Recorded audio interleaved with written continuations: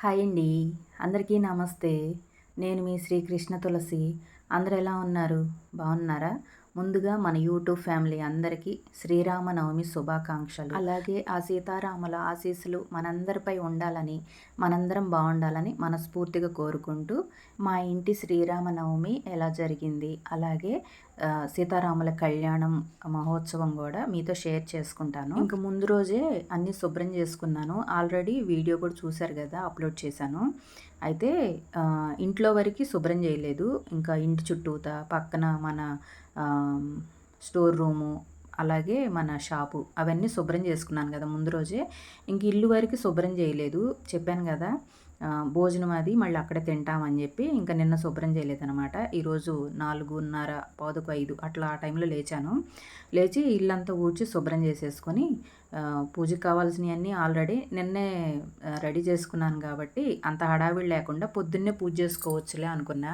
కానీ మనం అనుకున్నవన్నీ అవుతాయా చెప్పండి? అనుకోకుండా బబులు ఊరు నుంచి వచ్చాడు. అస్సలు చెప్పను కూడా చెప్పలేదనమాట. అదేమంటే సర్ప్రైజ్ అంటున్నాడు. ఇంకా సడన్గా వచ్చాడు. ఇంకా తనయి బట్టలు 2 బ్యాగులు తీసుకొచ్చాడు ఉతకాల్సినవి. ఇంకా అవన్నీ వాషింగ్ మిషన్ వేసుకుంటూ ఇంకా అసలు అంతా నేను అనుకున్న టైంకి రివర్స్ అయిపోయిందనమాట. నేనేమనుకున్నానంటే పొద్దున్నే పూజ చేసుకుందాము, గుడిలో కళ్యాణం కూడా జరుగుద్ది కదా ఈరోజు. ఇంకా కళ్యాణం స్టార్టింగ్ నుంచి వెళ్ళి గుడి దగ్గర కూర్చుందాం అనుకున్నా. కళ్యాణం మొత్తం అయిపోయేదాకా చక్కగా చూడొచ్చు అని నేను అనుకున్నాను. కానీ మనం అనుకున్నవన్నీ అవ్వవు కదా ప్రతిసారి. ఒక్కొక్కసారి ఇలా తిరకాసు పడతా ఉంటుంది.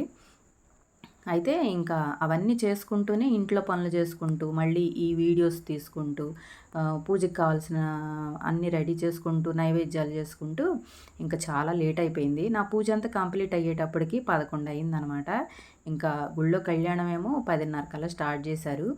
ఇంకా మేము వెళ్ళేటప్పటికి చాలా వరకు కళ్యాణం కూడా అయిపోయింది. ఇంకా నాకు కుదిరిన వరకు వీడియో తీశాను. ఇంకా అదైతే ఈ వీడియోలోనే షేర్ చేసుకుంటా. ఈ వీడియో చూస్తున్నారు కదా, చూస్తూనే నా చిన్నప్పుడు విషయాలు కొన్ని మీతో షేర్ చేసుకుంటాను. ఈ వీడియో ఎలాగో చూస్తున్నారు కదా. అయితే శ్రీరామనవమి అనగానే మేము చిన్నప్పుడు మాకు దగ్గరలోనే ఇంటి ముందలే ఎలిమెంటరీ స్కూల్ ఉందన్నమాట. అంటే నేను పుట్టి పెరిగిన ఇల్లు మన వీడియోస్లో చూపించాను కదా పెంకుటిల్లు, అక్కడికి దగ్గరలోనే ఎలిమెంటరీ స్కూల్ ఉండేది.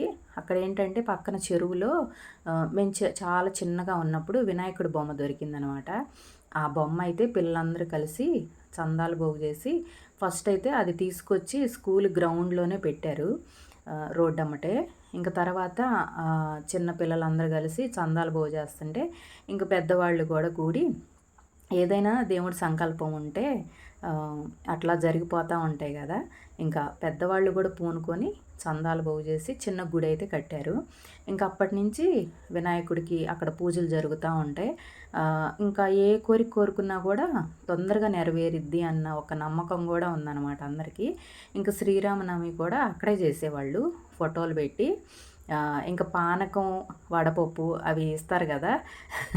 చిన్నప్పుడు శ్రీరామనవమి అనగానే తొందరగా తలస్నానం చేసి రెడీ అయిపోయి ఇంకా గుడి దగ్గరికి వెళ్ళేవాళ్ళం. పూజ అయ్యేదాకా కూడా ఆగకుండా పూజారి గారు పూజ చేస్తుంటే ఎప్పుడైపోయింది పూజ, ఎప్పుడైపోయింది, ఎప్పుడు పానకం వడపప్పు పెడతారు అని చెప్పి ఎదురు చూస్తూ కూర్చునేవాళ్ళం. అవన్నీ గుర్తొస్తే నిజంగా ఇప్పుడు ఎంత నవ్వొచ్చిద్దో, అసలు ఎంత హ్యాపీగా అనిపించిద్దో. ఏదైనా సరే ఆ చిన్నప్పుడు జరిగిన విషయాలు మనం ఎన్ని సంవత్సరాలైనా కూడా మర్చిపోలేము.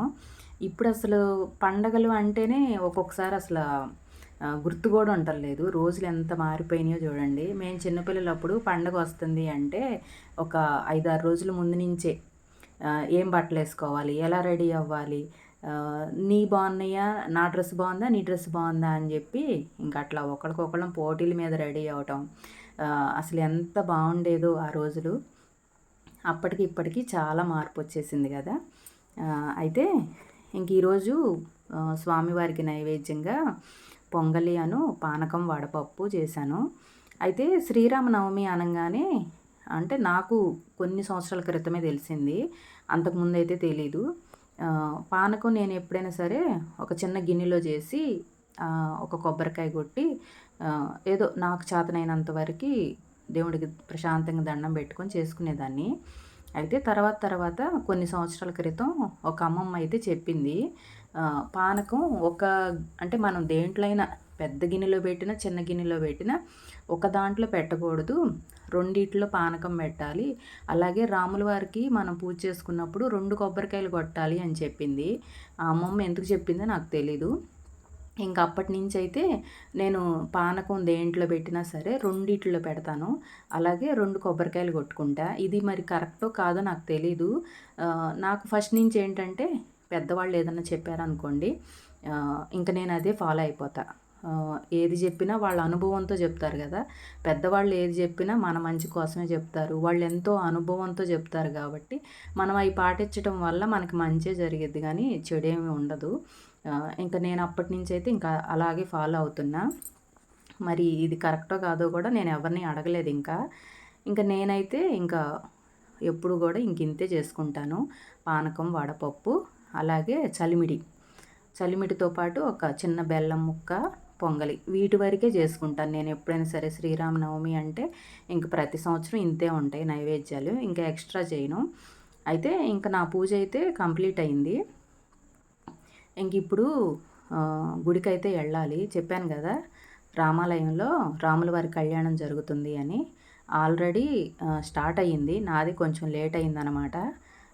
అనుకోకుండా పనులు ఎగస్ట్రా పడటం వల్ల ఈరోజు కొంచెం పూజ లేట్ అయ్యింది.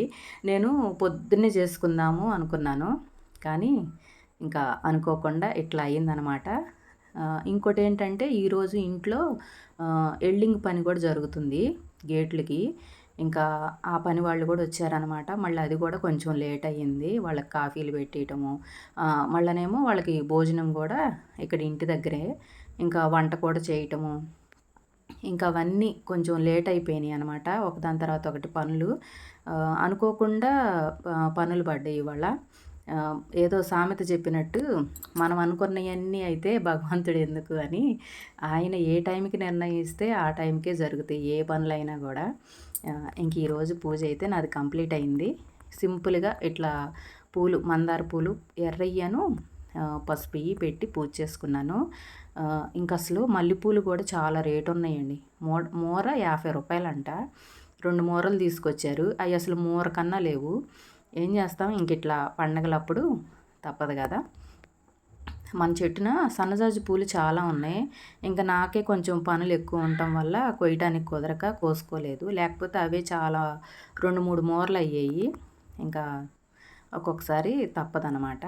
ఇంకా నా పూజ కంప్లీట్ అయిన తర్వాత మేమైతే గుడి దగ్గరకు వచ్చేసాము.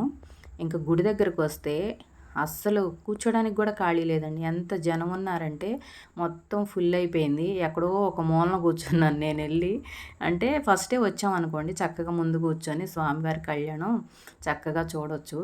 ఇంక ఇక్కడ పిల్లలందరూ వీడియో తీస్తుంటే హాయ్ అని చెప్తున్నారు.